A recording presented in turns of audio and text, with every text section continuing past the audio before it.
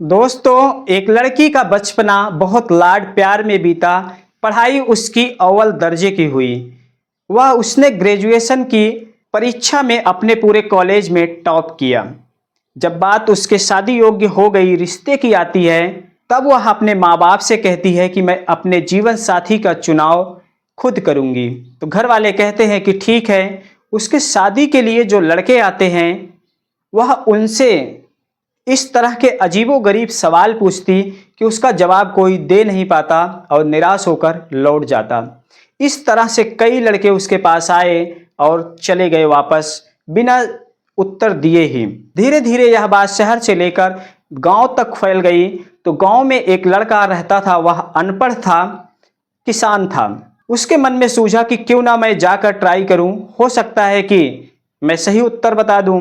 तो वह जाता है उस लड़की के पास और कहता है कि मैंने आपके बहुत चर्चे सुने हैं, कई लड़के आपके पास आए और निरुत्तर होकर चले गए। अगर मैंने आपके सवालों का जवाब दे दिया तो आप क्या करोगी? तब वह लड़की कहती है कि फिर मैं आपके साथ रात बिताने के लिए तैयार हूं और शादी कर लूंगी। तो लड़का कहता है कि देख लो, कहीं बाद में मुकर मत जाना।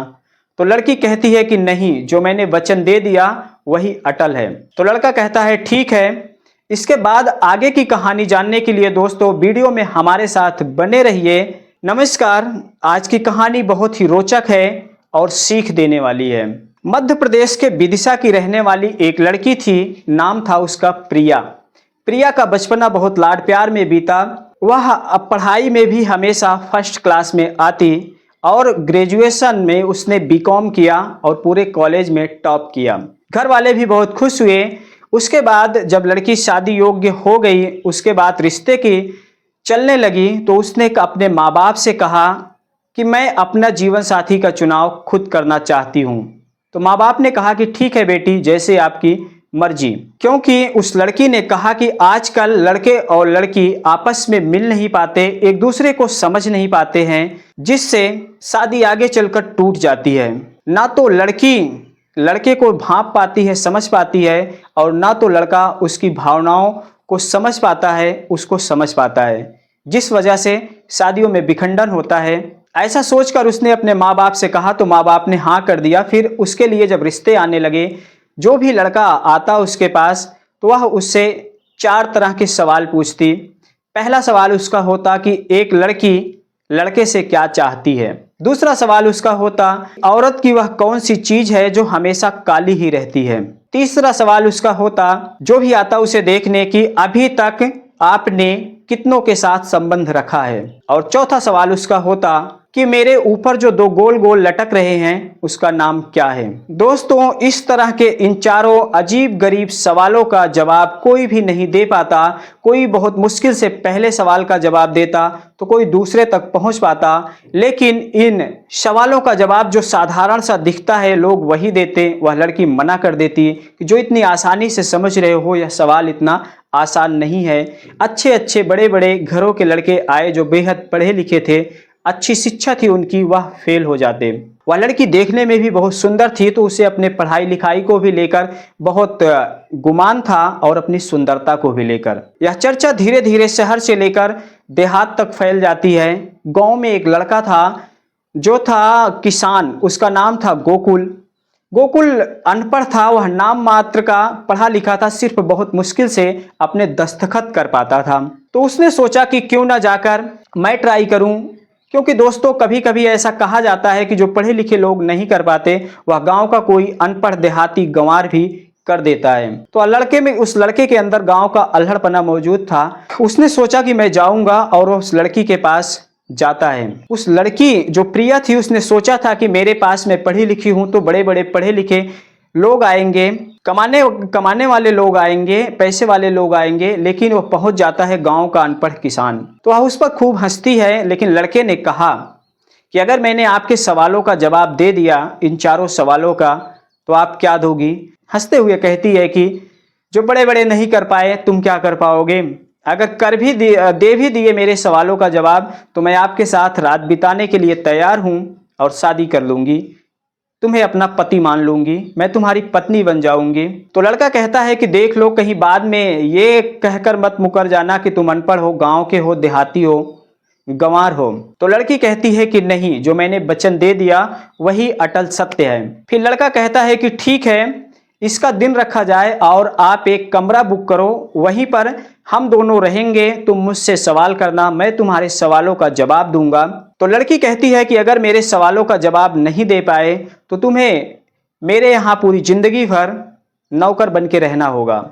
तो लड़का कहता है कि ठीक है, पहले आप कमरा बुक करो, वहीं पर दोनों लोग मिलते हैं, वहीं पर सवाल जवाब होगा। अगर मैं नहीं दे पाया तो तुम्हारे यहाँ नौकरी करूंगा, अगर दे दिया तो तुम्हें मेरी धर्म पत्नी बन के रहना होगा। जैसा मैं चाहूंगा तुम्हें वैसा ही रखूंगा, तुम मना नहीं कर सकती। लड़की भी कहती है कि ठीक है। फिर दूसरे दिन लड़की अपने घर से कुछ ही दूरी पर एक कमरा बुक करती है होटल का, और कमरा खूब सजा धजा होता है, वहां पर बेड होता है। ठीक वैसे ही कमरे को सजाया जाता है, अमूमन जैसे सुहागरात में बेड को, कमरे को सजाया जाता है। और वह लड़की जो प्रिया थी वह भी सज धज कर दुल्हन के लिबास में वहां पर जाकर पहले से ही बैठ जाती है। लड़का आता है, दरवाजा खोलता है तो सामने देखता है कि प्रिया दुल्हन के लिबास में बैठी है। तो लड़की कहती है कि रुको, पहले मेरे सवालों का तुम्हें जवाब देना होगा, तभी तुम मुझे छू सकते हो, मेरे पास आ सकते हो। लड़के ने कहा कि ठीक है, आप पूछिए, आपके सवाल क्या हैं। तब वह लड़की कहती है कि एक लड़की एक लड़के से हमेशा क्या चाहती है। तो वह लड़का कहता है कि एक लड़की एक लड़के से हमेशा दोस्ताना व्यवहार चाहती है, और अगर शादी हो गई तो बाद में वह मान सम्मान और इज्जत चाहती है। लड़की आश्चर्यचकित हो जाती है कि जिन सवालों का जवाब बड़े बड़े पढ़े लिखे लोग नहीं दे पाए, एक अनपढ़ लड़के ने दे दिया, और लड़की मान लेती है कि हाँ, यह बात सही है। लड़का कहता है कि दूसरा प्रश्न आप बताइए। तब वह लड़की कहती है कि औरत की ऐसी क्या चीज है जो हमेशा काली ही रहती है। लड़का थोड़ी देर सोचता है, फिर कहता है कि परछाई। लड़की मान लेती है कि हाँ, यह भी सवाल सही है। फिर लड़का कहता है कि अपना तीसरा प्रश्न बताइए। तब लड़की कहती है कि अभी तक आपने कितनों के साथ संबंध रखा है। तब लड़का कहता है कि ये कैसा अजीब सा सवाल है, कुछ और पूछिए, भी कोई सवाल हुआ। तो लड़की कहती है कि नहीं, मैंने जो पूछा उसी का जवाब दीजिए। तब लड़का कहता है कि अभी तक तो मैंने बहुतों के साथ संबंध रखा है। लड़की भी चौंक जाती है, ये कैसा उत्तर दे रहे हो। तब वह लड़का कहता है कि हाँ, जितने भी लोग मुझे मिले, चाहे वह घर के हो, मेरे भाई बहन माँ बाप हो, पड़ोसी हो, रिश्तेदार हो, गाँव के हो, मेरे दोस्त हो, सभी के साथ मेरे व्यवहार अच्छे रहे हैं, सभी के साथ मेरे संबंध ठीक ठाक रहे हैं। दोस्तों, क्योंकि उस लड़की ने यह नहीं कहा था कि आपके अभी तक कितने लोगों के साथ अवैध संबंध रहे हैं। सोचने वाली ये बात है। तो लड़का इसका भी तीसरे प्रश्न का भी जवाब ठीक ठीक दे देता है, और लड़की को मानना पड़ता है कि हाँ, यह भी सवाल बिल्कुल सही है। अब सवाल आती है अंतिम और चौथे की।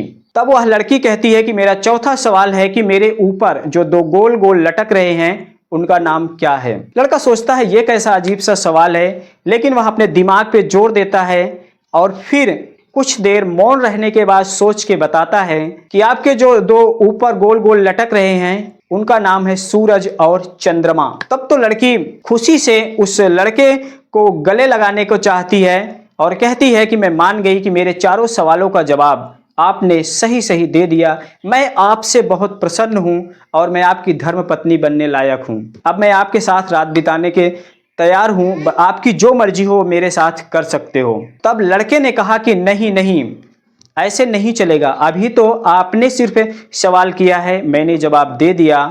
आपको मुझसे उम्मीद भी नहीं थी कि एक गांव का अनपढ़ किसान आपके सवालों का जवाब दे सकता है। लड़की ने कहा हाँ, ये तो ठीक है, लेकिन मैं आपके उत्तर से पूरी तरह खुश हूं और सही है आपके दिए गए सारे उत्तर। लेकिन लड़के ने कहा कि मैं आपको ऐसे ही धर्मपत्नी नहीं बनाऊंगा।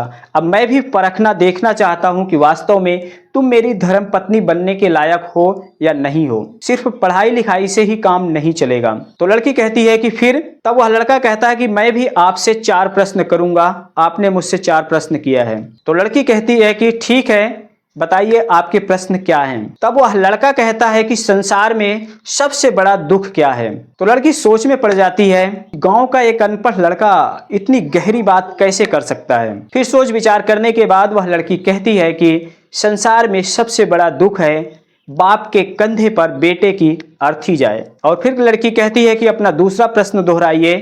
तो लड़का कहता है कि संसार में सबसे बड़ा सुख क्या है। तो वह लड़की सोच विचार करने के बाद कहती है कि निरोगी काया। अगर अपना शरीर रोगों से दूर है, निरोगी है, तो सबसे बड़ा सुख वही है। अगर शरीर में ही कोई कमी है, कोई दिक्कत है, रोगों से ग्रसित है, तो संसार की कोई भी चीज कितनी भी अच्छी हो लाकर दे दियो, इंसान सुखी नहीं रह सकता, उससे खुश नहीं होगा। तो सबसे बड़ा सुख है निरोगी काया। लड़का भी अपने दो प्रश्न के जवाब पाकर बहुत खुश हुआ कि अभी तक तो सब कुछ ठीक ठीक ही है। फिर वह अपने तीसरे प्रश्न को दोहराता है कि सबसे अच्छी मौत किसकी होती है। तो लड़की इस पर काफी देर मौन हो जाती है और सोचने लगती है। अमूमन लोग जवाब देते हैं कि किसी की अमावस्या में मृत्यु होती है तो वो अच्छा माना जाता है, पूर्णिमा के दिन किसी की मृत्यु होती है तो वह अच्छा माना जाता है, या किसी तीर्थाटन घाट पे मंदिर दर्शन करने गए हो तो वहां पर किसी की मृत्यु हो जाए तो वह अच्छा माना जाता है। लेकिन वह लड़की इन सब से अलग जवाब देती है सोच विचार करने के बाद कि सबसे अच्छी मौत होती है एक सैनिक की, जो अपने माँ बाप, भाई बहन, बीवी, बच्चों को छोड़कर वतन की रक्षा करते हुए शहीद हो जाता है और उसका शव कफन में नहीं तिरंगे में लिपट कर आता है। लड़का बहुत अभिभूत हो गया अपने तीसरे प्रश्न का जवाब पाकर। अब उसे आभास होने लगा कि शायद यही मेरी लाइफ पार्टनर के लिए परफेक्ट है। अब लड़का अपना चौथा सवाल दोहराता है कि संसार में सबसे अच्छा दूध किसका होता है। लोग कहेंगे कि गाय का दूध अच्छा होता है, हल्का होता है बच्चों के लिए, उसमें बहुत पौष्टिक तत्व होते हैं, गुण होते हैं। कोई कहेगा भैंस का, कोई कहेगा बकरी में 36 प्रकार के तत्व होते हैं। लेकिन वह लड़की सोच विचार करने के बाद कहती है कि सबसे अच्छा सर्वोत्तम दूध माँ का होता है, जिसे पीने के बाद बच्चा हृष्ट पुष्ट बनता है और आगे चलकर वही पुरुष बनता है, यानी महिला ही पुरुष को जन्म देती है। इस तरह से लड़का भी अपने चारों प्रश्नों का जवाब पाकर बहुत खुश हो गया और फिर उसको गले से लगा लेता है और दोनों की सुबह होने के बाद शादी होती है। शादी होने के बाद प्रिया दुल्हन बनकर गोकुल के घर जाती है और गोकुल को भी अपनी जीवन संगिनी मिल गई। भले ही वह लड़की पढ़ी लिखी थी, गोकुल अनपढ़ था, लेकिन दिमाग को चकरा देने वाला और जीवन को अच्छा चलाने के लिए यह परखने का तरीका उन दोनों का बहुत लाजवाब था और दोनों ही एक दूसरे से बेहद खुश हुए, पति पत्नी के रूप में अपने अपने घर चले गए। तो दोस्तों, आज की यह कहानी आप लोगों को कैसी लगी कमेंट सेक्शन में अपनी प्रतिक्रिया जरूर देना। अगर वीडियो जरा सा भी अच्छी लगी हो तो लाइक करके चैनल को सब्सक्राइब जरूर कर लेना। मिलते हैं अगले वीडियो में फिर किसी नई कहानी के साथ। आज के लिए बस इतना ही। धन्यवाद।